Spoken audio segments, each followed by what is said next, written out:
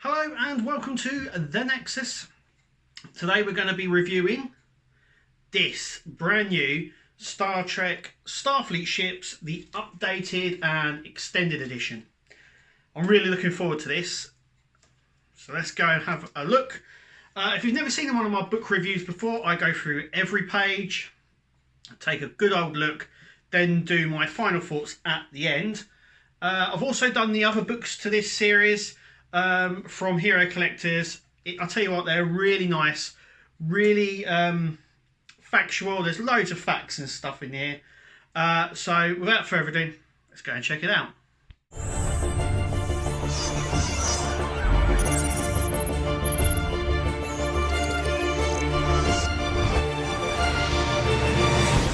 Okay, so here we are.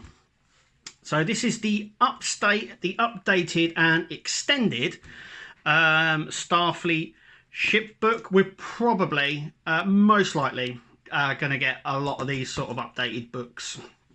The problem is we've got TV series such as Picard, Lower Decks, season 3 of Discovery. We've also got new Strange New Worlds and Project E coming out, so there's a lot more stuff. So I can see this not being the last updated and extended one that we get. Nice little cover there. It's in the slip cover. It's even nice out of the cover, to be fair. And there you go. So I've got all of these and all of these, and I've reviewed them all as well. I have got another book coming out, which is the second volume for this one, which I believe is L to K of the Delta Quadrant. I actually really do like these books, but you know, I can be critical, I think, when you're paying. Now I picked this up for under £20. So on Eagle Moss's website they're £27.99. I went on eBay and picked this book up for, as you can see, the price is just there. Which is an absolute bargain, really, considering how thick it is. I think it's the thickest one out of all the ones that they've actually done so far. I've only ever paid about that price for them, so it's worth checking them out on eBay for prices. And before we go any further, there's one thing I keep forgetting to do, and that is I keep forgetting to thank all of my patrons. Thank you guys so much. It's just out of this world that you will support me and what I'm doing here. So let's take a first look at chapter 1. So chapter 1, we've got small transports. Now these weren't in the last books, this is why it's the updated version. We've got the Raven, Delta Flyer, we've got the Runabout and a scout ship. So once again, all these pages are straight out of the Star Trek Starship Collection books. So if you haven't got them, or you have got them, the information in here is identical. If you haven't got any of the ships, this is quite a good reference as well to pull out, instead of pulling out all the magazines and stuff like that. Once again, I do have a niggle with the binder section just here. You do tend to lose a bit of information, I believe, especially on this parts. Now I love the plan views here, where we've got the little tags coming off. Additional nice information there, but with the binder bit section here, I do find that we lose a little bit of it. I mean, they could have put these two sections on here and rearranged it a little bit better. But like I said, these are straight out of the magazine. So this is how they appeared in the magazine.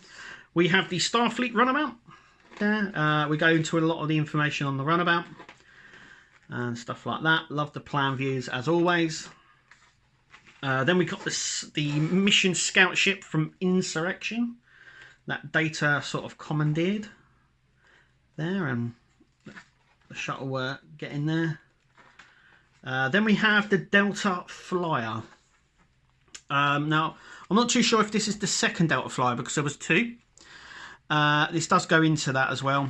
Now the information in this, I'm wondering whether the information here is from the XL magazine or from the standard magazine. I'm not too sure.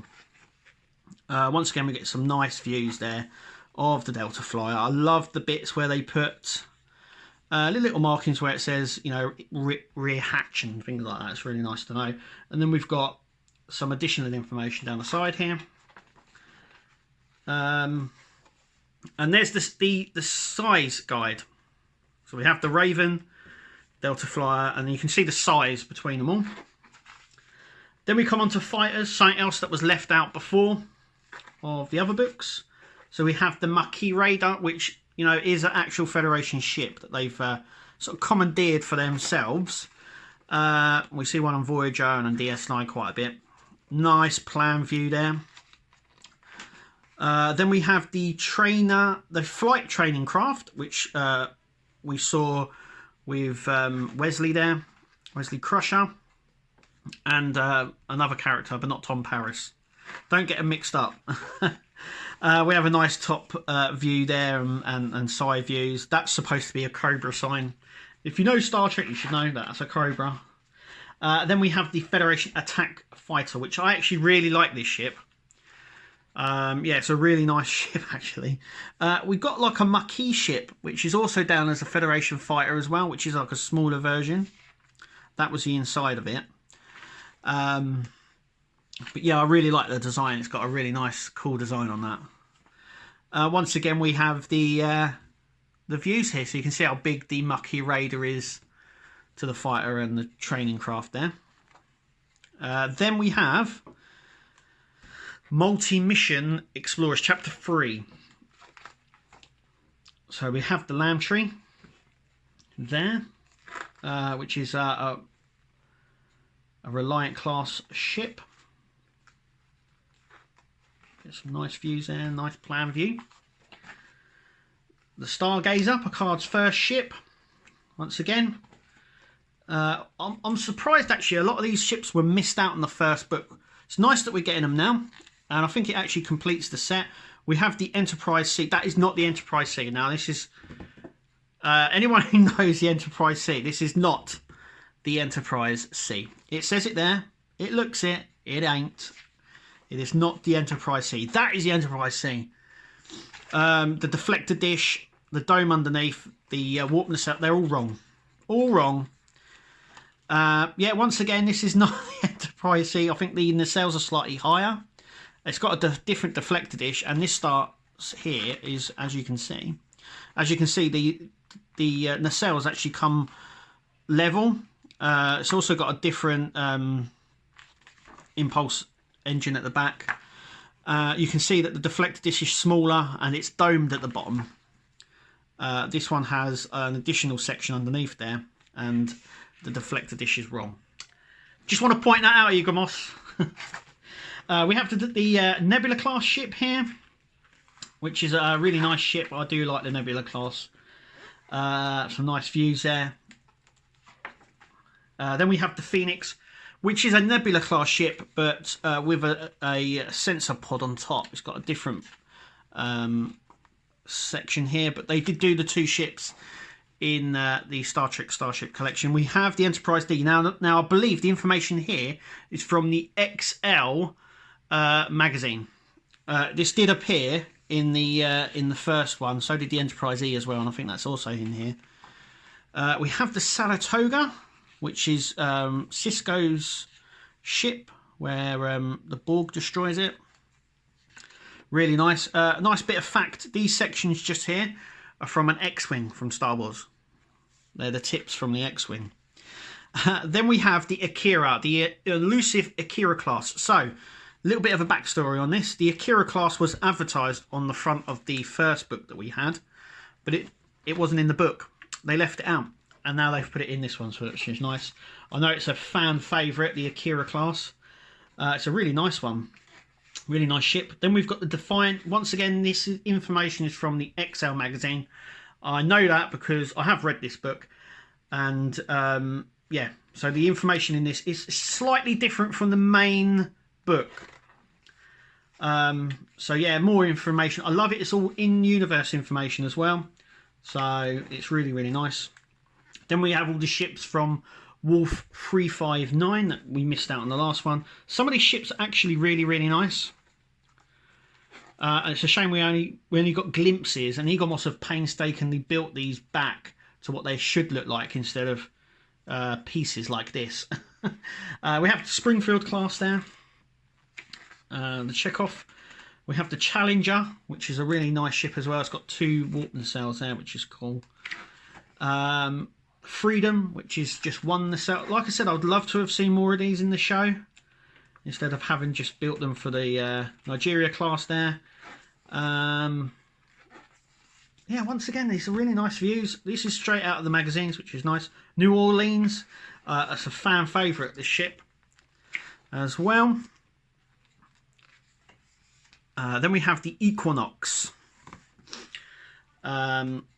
which is nice. I do like the Nova class starship. We've got a Master Systems view. It's really cool. This was actually in the magazine, so yeah, I don't know why I'm saying that's really cool. What have you seen? But yeah, Nova class ship's really nice. Another fun fact: this was what the Defiant was going to be before they scrapped it and built the Defiant. This was part of the Defiant project, and actually this ship was going to be the Defiant. Then we have the Pasteur. Now, it doesn't have like any future stuff in here, and it's really interesting that they've put the Pasteur in here because it's part of an alternate timeline that Picard visits. So if they've included this, they should also include the Dreadnought Enterprise D version with the 3 nacelles, but they haven't. I'm glad that they've actually put this in the book though. The Pasteur. It's interesting because it's part of an alternate timeline, but it does make an appearance in Star Trek Lower Decks, so it is actually canon. Then we have the Tug, which is a very, very strange ship. We have the Tug there. Then we've got Voyager. Once again, this is from the XL magazine. Yeah, do they just turn the lights off on one side of it? Just thought I'd say that. It's the same in the magazine as well. Yeah, I love Voyager. Love the ship. Steam Runner. Now, out of the new ships they did, I absolutely loved the Steam Runner. It has those nacelles into the actual, into the hull and into the actual saucer section, which is really unique. Really nice ship. I actually really like the Akira class. Steam Runner, I should say. It's the Akira Steam Runner. Sabre class. Yeah, these ships that they done for First Contact are really nice. Yeah, Sabre class. Norway class. Another really cool one. Once again, Eaglemoss had to build this one because, like the other ones, they were still available on CGI files. I think they actually lost the Norway class, and this is why we never see it again after First Contact, and we see the other ones. Then we have the Prometheus. There it is in multi-vector assault mode, which is the cool mode. Yeah, there we go. Saucer separation, multi-vector assault mode. I actually do have this ship on Star Trek Online with that ability, which is cool. Then we have the Centaur, which is part of the Dominion War. Another really cool ship. I mean, some of these ships are so cool. Yeah, love these views with the information that we get there. We have the Carry class, which is another sort of kit brush ship, which is really, really nice, that we see sort of damaged coming away from the Dominion. Then we have the Enterprise E. Once again, this information is from the XL magazine, which is only very slightly different. Now, we have the Titan. So Star Trek, the Starship Collection did do a Titan. It was part of their special ones that they did, and it was based on the concept. This version in the book is actually based on the Lower Decks version that appears on the series Lower Decks. Little bit of information. That's it. Come on, Eaglemoss. The problem is we know we're going to get this ship in the Star Trek Universe Collection, so there's going to be a lot more information than just this. And we also know all this information because this just tells us what was in Lower Decks, which we already knew. No plan view, no nothing. The Vancouver Parliament ship, which is a Parliament class. Another really cool one. Information here is what we already know from Star Trek Lower Decks. We are getting this as part of the Universe Collection. I can't wait for this one. This is going to be a really cool one to come out. But once again, that's it. That's all we have. Then we have the bad boy itself, the Cerritos. Yeah, I think there's a little more. There's information here, but we know quite a lot about the Cerritos now, which makes me think that this was done before the start of Season 2. Because Season 2 Cerritos is updated, so it's more design on the nacelles and the deflector this year. Nice that it's in the book. It's just very much lacking in information. No plan view again, which is what I really like. Wellenberg class. So this is from Star Trek Picard. This is coming out from the Star Trek universe. I think it's actually just come out. We get this little information. That's it. I like the plan views, but I like the little. I mean, is this the bridge or is that the bridge? Obviously these are the impulse engines, the engines here, but what's this section here? Is that where the tractor? I don't know. This is the problem. They haven't labelled it. It's once again, it's lacking in information. Then we have Starfleet's toughest ship. We have little information. This was the second ship that you got in the Starship collection, in the Star Trek Universe collection. I keep getting them mixed up. Yeah, it's nice. It's nice. But I think there's a lot more information here than there is in the magazine. So once again, we get the plan views. It's nice to see around it, but is this the deflector dish? Or are these shuttle bays? Are these what? This is what I mean. It's lacking. It's lacking information. I want some more information. Problem is, I know that they're going to do a second book, and I know they're going to do these ones again with more information. Then we have the variants. Now I've looked at this. This is like Where's Wally? Well, Spot the Difference actually, not Where's Wally, but Spot the Difference. And I've looked at this many times, and it says there's different variants. All I can see is that the nacelle shapes on these two are different different shapes, and the colour is different. That is it. I can't see any difference. We know that there's going to be variants of certain ships. I don't know, but they've included it. This is the side shot. Yeah, right. Right, that's ruined it for me. Eaglemoss strikes again. Okay, the Cerritos is closer in size to Voyager and these smaller ships. It is not 794 meters long. That is, the Cerritos is not bigger than the Enterprise E. Do we have Vancouver? Yeah, we have the Vancouver. Now, the Cerritos is smaller than the Vancouver. The Vancouver is huge. I think they've messed up. It's nice that they've included it, but the size is all wrong, Eaglemoss. What are you doing? I mean, you've messed up on a few bits, and you know, but you're messing up. What's going on? Then we have the future.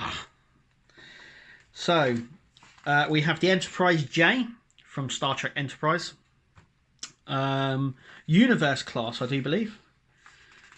Once again, love the plan views. Love the way they've done this. This Eaglemoss. This is what I want. This is. I don't want it cutting across the pages and losing it. I don't mind losing a little bit, but yeah, if you put this across this way, you would lose it. This is what I'd like on every page. Eaglemoss, if you're watching, do it like this in this bit. If it means changing the magazines to be on print, then it's a little bit more work, but this is what I like. Then we have the Relativity, which is the Federation time ship, which we saw in Voyager. Some nice information out there. You got it so wrong. So right in the last one. I don't mind it. You know what? I take the mickey and I don't mind it. I absolutely love these books. But yeah, I think there's a better way of doing them. Then we've got the Arion, which is part of the another Federation time ship. Then we have the size chart. So we've got the Enterprise J here. And then we're zoomed up on this little section just here. And then we've got the tiny Arion down there. And then the Relativity here. So you can actually see how big the Enterprise J is, which is really nice. Now, we're on to the 32nd century ships. These are from Star Trek Discovery Season 3. Some really cool designs.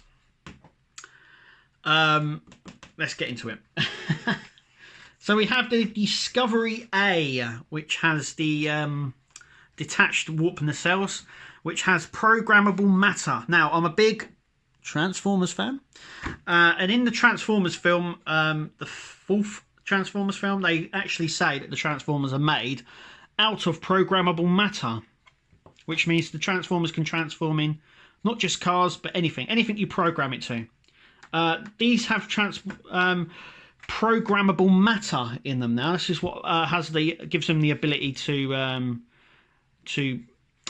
basically have the detachable warp nacelles there. But with programmable matter, the ship doesn't have to actually look like it. It can look like anything it likes.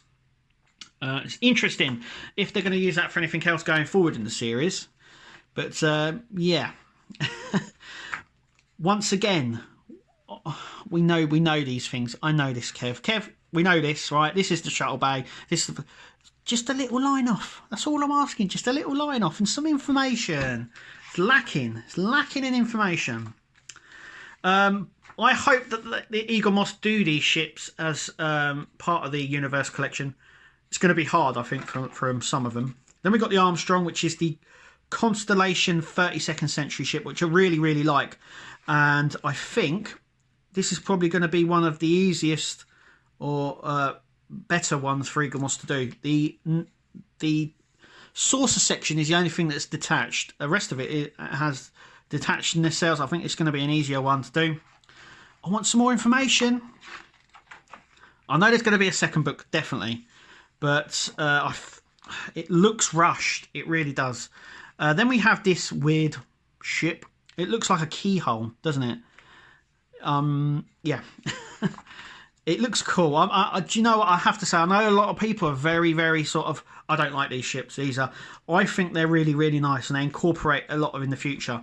What we'll see. But yeah, it does look like a keyhole, doesn't it? No information. Then we have the Rainforest Habitat, which I want to know more about this ship. This is it. I mean, is this the engine? I would imagine this is the engine. Is that the bridge there? Is that a living habitat? What is this? I want some information, Eagle Moss. Come on. I do like it that's like that. We're not losing lots, which is nice. Then we've got Voyager J. So this looks like this was put together, these information and stuff, probably as season 3 was still going on, or just after season 3 finished, because this ship is now in Star Trek Online. So there's a lot more information here. Now, I don't know if they would use that information, but we know that it's called a Janeway class now. It's not Intrepid class, which I think a lot of people thought it was. It's Janeway class. The warp nacelles actually go up, just like on the Voyager. But it's available on Star Trek Online. So there's a lot of information here. Yeah, there's loads. I'm overloaded with the information. This is another one. It's in Star Trek Online. Yeah, these sections here move sort of forward to project a weapon, which is really cool. And they don't explain that very well in here. They don't even tell you what class it is. But it's all on Star Trek Online. I do actually like this design, this ship. But these areas here, this is the back of the ship. See, that's another thing. They don't even tell you. Is this the top, the bottom? Is this the top or bottom? This is the bottom. That is the front. It flies this way. These are the bits of the back. But is that true? I don't know. I only know because of Star Trek Online. Now, this is a really interesting ship. They said it's a Starship engineering ship, but it's black. Now, in previous season 2 of Discovery, we know that the black ships are Section 31. I think this is a Section 31 ship.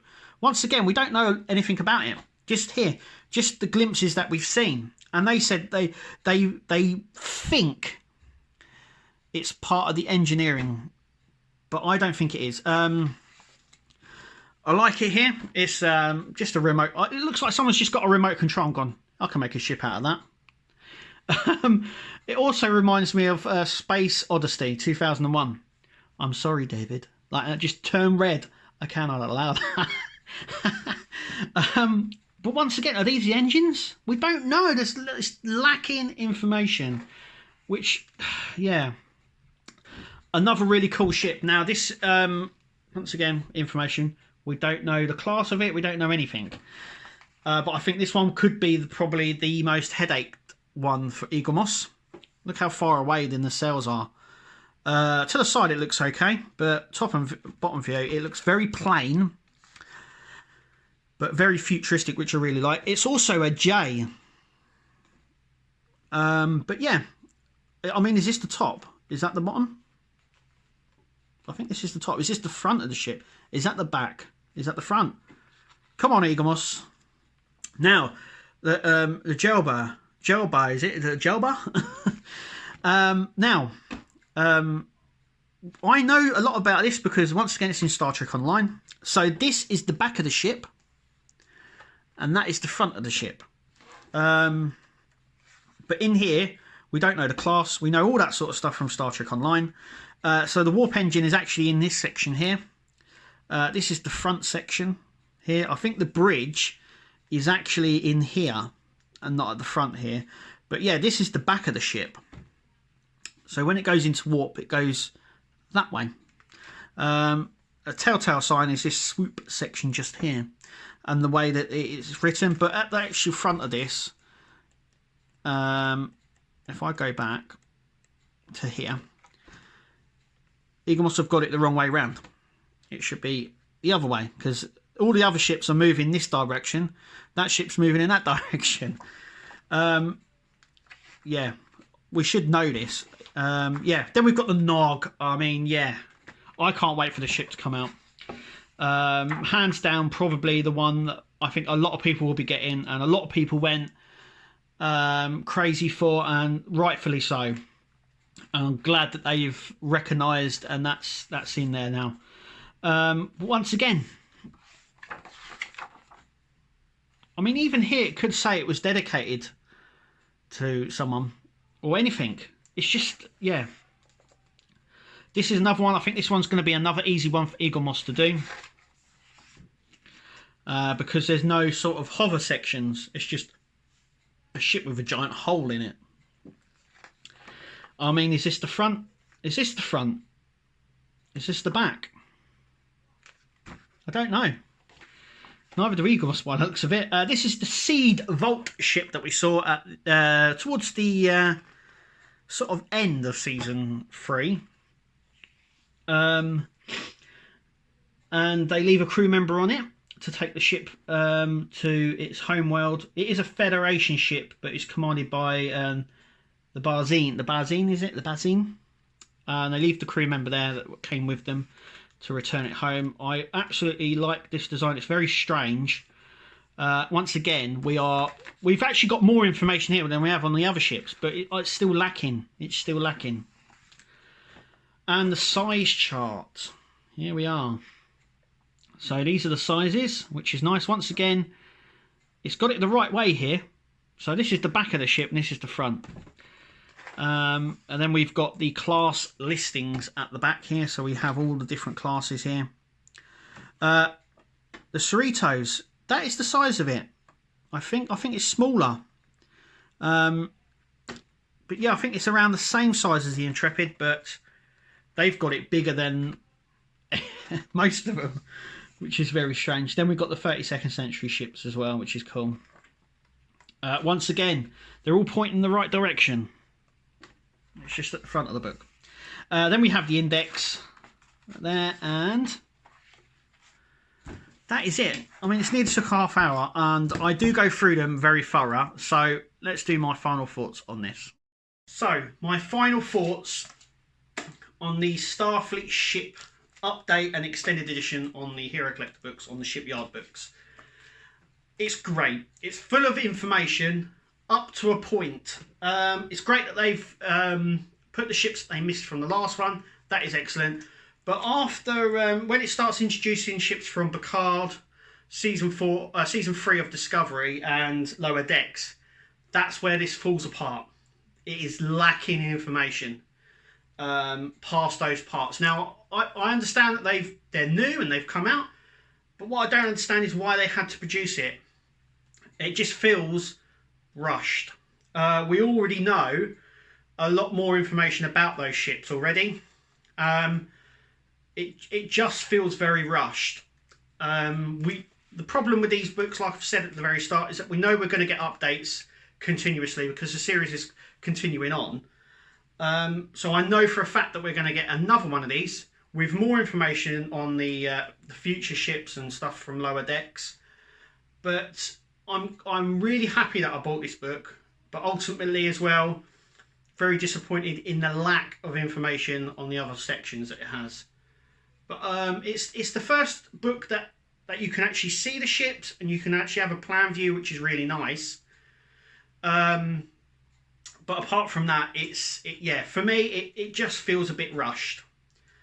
But I enjoy these books. They're quite good to sit down, but like I said, it is very rushed. But anyway, thank you for watching and me rabble on. I hope you like the look of the book.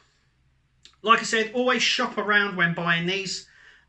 Eagle Moss do have deals on, but when you can get a book that thick for at least £10 off, it's a no-brainer. But anyway, thank you for watching, and we'll see you in the next video.